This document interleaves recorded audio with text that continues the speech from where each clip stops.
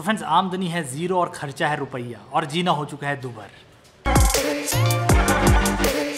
तो फ्रेंड्स, सोचा नहीं था 2020 ऐसा आएगा, खाने को दाना और पीने को पानी के लिए तरसाएगा। सीरियसली क्या राइम किया यार, वाह। तो सीरियसली यार, सोचा नहीं था 2020 ऐसा भी कुछ होगा। बट मैं ये कह सकता हूँ कि यार हर एक चीज़ के पहलू हमेशा दो होते हैं, क्योंकि एक पॉजिटिव होता है, एक नेगेटिव होता है। तो अगर मैं 2019 की बात करूँ अगर मैं अभी की बात करूँ ना, तो इस टाइम तुम्हारा भाई बहुत खुश था। बिकॉज 2019 में अभी पूरी तरह क्लाइंट से घिरे हुए रहना, डेली काम करना, ट्रिप पे डेली जाना। क्योंकि सोचो यार, जो बंदा डेली जाता होगा ट्रिप पे और कहीं से उसके पाँव में रस्सियाँ बांध दी और बोल दिया कि तुम रुक जाओ, अब तुम कहीं नहीं जा सकते, तो यार कैसा फील होगा। तो मैं अपनी फीलिंग बता नहीं सकता यार। तो सोचा यार अपनी फैमिली के साथ शेयर किया जाए थोड़ी सी फीलिंग। तो आई नो काफ़ी लोग आजकल बोर भी हो रहे हैं। वैसे बोर होने का चांसेस कम है, क्योंकि आजकल यूट्यूब है, टिकटॉक है। फ्रेंड्स, यूट्यूब और टिकटॉक की बात करूं तो यार आजकल बहुत चल रहा है ये। एक्चुअली किसी ने कमेंट भी किया था, भाई आपकी क्या राय है यूट्यूब वैसे टिकटॉक के लिए। तो बता दूं यार, मेरी ऐसी कोई हार्ड फीलिंग नहीं है दोनों के लिए। दोनों अभी अपनी जगह बेस्ट हैं।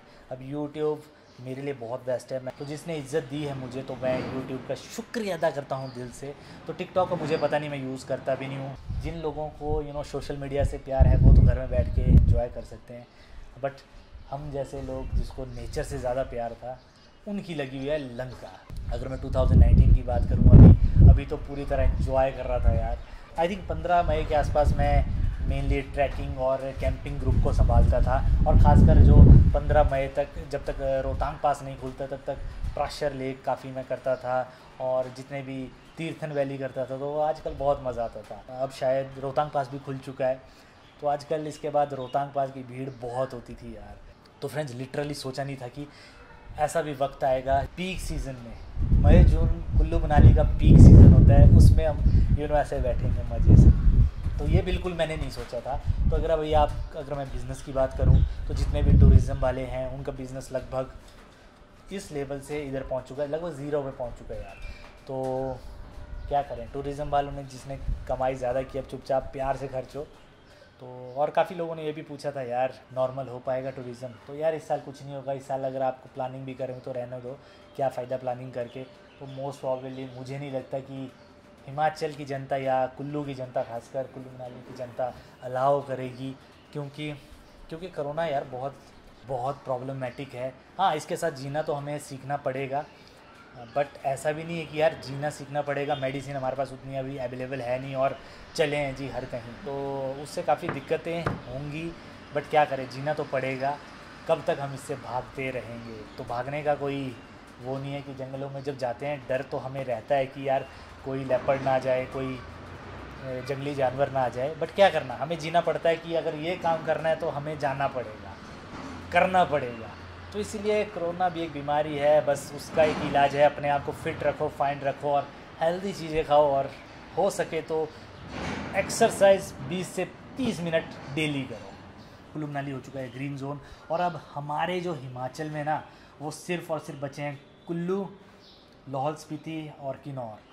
लाहौल स्पीति की बात करूं तो लाहौल स्पीति बंद था अभी तक, तो वहाँ पे चांस नहीं है कोई कोरोना होने के।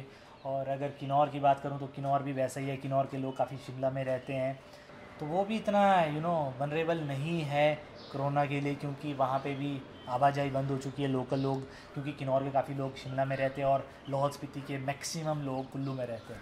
बट कुल्लू मनाली की तारीफ़ करनी होगी यार, क्योंकि अभी तक हमारे कुल्लू बाउंड्री के अंदर कोई कोरोना नहीं आया है। मंडी में आ चुका, कांगड़ा में आ चुका, शिमला में आ चुका, बट लगता है हमारी कुल्लू की कुछ अलग बात है, देवभूमि कुल्लू। तो बस ऐसे ही भगवान हमारे यहाँ कृपा करते रहे और कोई भी कोरोना पॉजिटिव ना आए। बट शायद जैसे ही सब कुछ ओपन हो जाएगा, तो उसके बाद चांसेस हो सकते हैं कि आ जाए। बट चलो, इसका भी फ़ायदा हुआ, नुकसान हुए। तो नुकसान की बात करूँ तो टूरिज़्म ज़ीरो है। कुल्लू मनाली के लोगों को काफ़ी ज़्यादा इम्पैक्ट हुआ इस चीज़ का, क्योंकि काफ़ी लोग इसी पे निर्भर रहते थे। मुझे भी पर्सनल लेवल पे बहुत इम्पैक्ट पड़ा है। तो आजकल टूरिज़्म वालों को तो सिर्फ सीधा बोलूँ तो ज़ीरो लेवल पे पहुंच चुके हैं।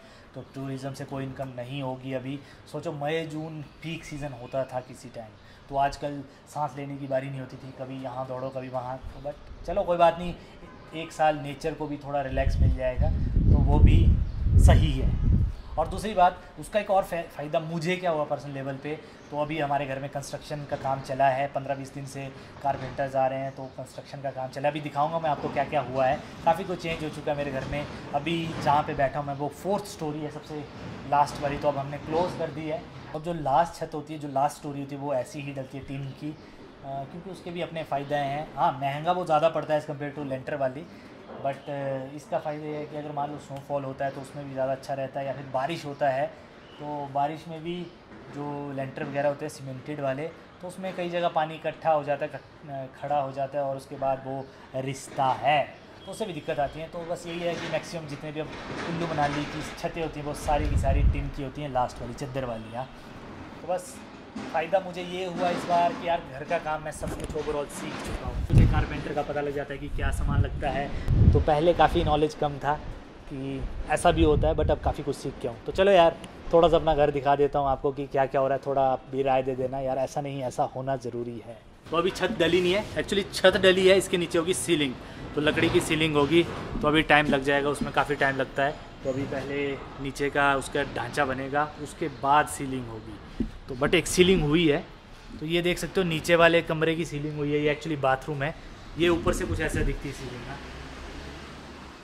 तो अभी ये बंद होगा पूरा, नीचे से बाद में दिखाऊंगा। अभी 4 नहीं बजे हैं शाम के, तो उतनी भीड़ नहीं है। बट तो अगर अभी मई की बात करूं तो यहाँ से ना एक ये NH है मेरे सामने, तो यहाँ पे इस टाइम ट्रैफिक जैम हुआ करता था, तो बहुत भीड़ होती थी मई जून में। वैसे पता ही होगा आपको कुल्लू मनाली में कितनी भीड़ होती है मई जून में। तो फ्रेंड चलिए यार, चलते हैं नीचे की ओर। तो अभी जालों का काम चल रहा है, तो इसके नीचे सीलिंग होगी, मीन्स ऐसे फटियाँ एक दूसरे में ना ऐसे चिपकती हैं। तो फ्रेंड्स ये देखो, कुछ ऐसे लगते हैं इसके सीलिंग के लिए। पहले लकड़ी के ये बत्ते लगाने पड़ते हैं। देखो मतलब अब थोड़ा नॉलेज आ चुका है यार, तो मुझे तो फ़ायदा हुआ है, क्योंकि ये चीज़ें मुझे ऐसे नहीं लगती पता। अगर मैं ट्रिप में जाता हूँ या फिर अगर आजकल ओपन होता सब कुछ, तो मुझे पता नहीं लगता इनको कहते क्या हैं और लगते कैसे हैं। तो काफ़ी ये लकड़ी के बत्ते हैं, और इस पे पूरी सीलिंग लगेगी लकड़ी की। यहाँ और ये फ्लोरिंग है, अभी सिर्फ बोर्ड है, इसके बाद फिर यूज़ होगी लकड़ियाँ। तो यहाँ देखो, खतरों का खिलाड़ी अभी पौड़ियाँ डाली नहीं है, वो लास्ट में डालेंगे। यहाँ तो काफ़ी रिस्की है।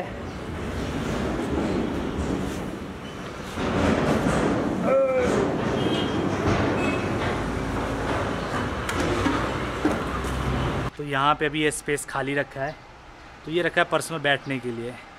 तो दुआ करेंगे बहुत जल्द ये 4 लेन का काम हो जाए और ये धूल मिट्टी जो बाहर की है वो हट जाए। यार वहाँ पे आग लगी है, पता नहीं किस इंसान ने आग लगाई है वहाँ पे, वो दिखाई दे रहा है। तो ये वाला बाथरूम वही है जो मैंने ऊपर से दिखाया था, जिसकी सीलिंग तो ये कंप्लीट हो चुका है। सिर्फ यही है जो हमारे यहाँ कंप्लीट हुआ है लगभग 80%। इसके बाद भी काम बचता है, बिजली का काम बचता है, और जो बाथ फिटिंग है वो भी बचती है। काफ़ी काम बचता है, ऐसा नहीं है, बट लगभग 70 to 80% हो चुका है। सीलिंग काम हो चुका है और अभी लाइटें लगना बाकी है, बहुत काम है। तो ये है एक बाथरूम जिसका काम सबसे ज़्यादा हुआ है। तो फ्रेंड्स बात ऐसी है ना, घर पे ना प्रकृति है ना बड़ी भाभी हैं हमारी, तो वो भी अपनी नानी के घर गई हैं, मीन्स वो अपनी मम्मी के घर गए हैं, प्रकृति अपने मम्मी के घर है। तो घर में बच्चे अब सिर्फ हम लौंडे। तो अब लौंडों के अकॉर्डिंग घर जो बनेगा, तो प्रकृति मुझे माफ़ कर देना, बिकॉज हमारी चॉइस तो ऐसी है भाई। प्रकृति मुझे पता है काफ़ी हम दो में क्या, लड़के लड़कियों में काफ़ी वैसे खींचातानी होती है उनकी पसंद से रिलेटेड। हमें थोड़ा चीज़ें वाइब्रेंट सी ज़्यादा पसंद होती हैं, उन्हें थोड़ी सॉफ्टली पसंद होती है। तो मैंने उसका मिक्सचर ही किया है, ट्राई किया है कि ना ज़्यादा वाइब्रेंट सी चीज़ें लाऊं, ना ज़्यादा फीकी सी चीज़ें। तो आई डोंट नो प्रकृति को कैसा लगेगा, क्योंकि जब तक वो घर आएगी वापस, तो शायद तब तक अपना घर का काम कंप्लीट हो जाएगा। वाला ये प्रकृति का एरिया है, प्रकृति देख तेरा एरिया। तो ये यहाँ पे बंद हो जाएगी पूरी नीचे तक, लगभग 10 फीट, जो भी 8-10 फीट है। तो इतनी बड़ी आएगी पेंटिंग, प्रकृति के हाथों से पेंटिंग बनेगी यहाँ पे पूरी दीवार पे। तो आई डोंट नो कैसी बनाएगी वो, जैसा भी बनाएगी मुझे पता है, उस पर विश्वास है मुझे यार। अपना मेन मोटो पता है क्या है? फैमिली। तो फैमिली के साथ रहना काफ़ी अच्छा लगता है, जहाँ पे दादा दादी हो, माँ बाप मीन्स हम हो, हमारे बच्चे हो, कितना अच्छा लगता है फैमिली के साथ। दादा दादी अपने टाइम की चीज़ें बताएंगे अपने बच्चों को, हम अपने टाइम की चीज़ें बताएंगे, और हमारे बच्चों में ना पूरा एक्सपीरियंस आएगा, दादू दादू के टाइम का एक्सपीरियंस, हमारे टाइम का एक्सपीरियंस। तो मतलब पूरा जनरेशन जो गैप था वो थोड़ा सा हम ट्राई करते हैं बात करने के थ्रू कम कर सकें। तो मुझे लगता है मुझे अभी मिस्त्री बुला रहे हैं, तो मैं आज के इस ब्लॉग को यहीं पे विराम दूंगा और मिलूंगा अपने अगले व्लॉग में। तो फ्रेंड्स वो 100% आपका एडवेंचर व्लॉग होगा। तो काफ़ी लोगों ने मेरी गाड़ी की मॉडिफिकेशन पे भी बात की थी, तो मैं काफ़ी जल्दी अपनी गाड़ी पे रिलेटेड वीडियो लाऊंगा। तो फ्रेंड्स आज की इस वीडियो के लिए इतना ही, मिलते हैं अपने नेक्स्ट व्लॉग में। तब तक के लिए जय हिंद, जय भारत एंड स्टे सेफ।